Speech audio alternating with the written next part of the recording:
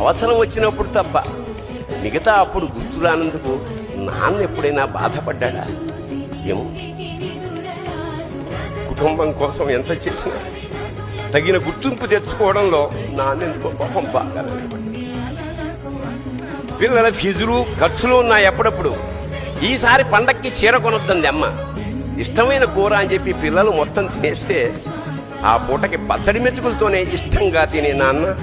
ఇద్దరి ప్రేమ ఒకటే అయినా మా అమ్మ కంటే నాన్న చాలా వెనకబడ్డాడు. నాన్న బట్టలకు దండెం కూడా నిండదు. తనని తాను పట్టించుకోవడం రాని నాన్న ఎందుకో మాకు కూడా పట్టదంత వెనకబడ్డాడు.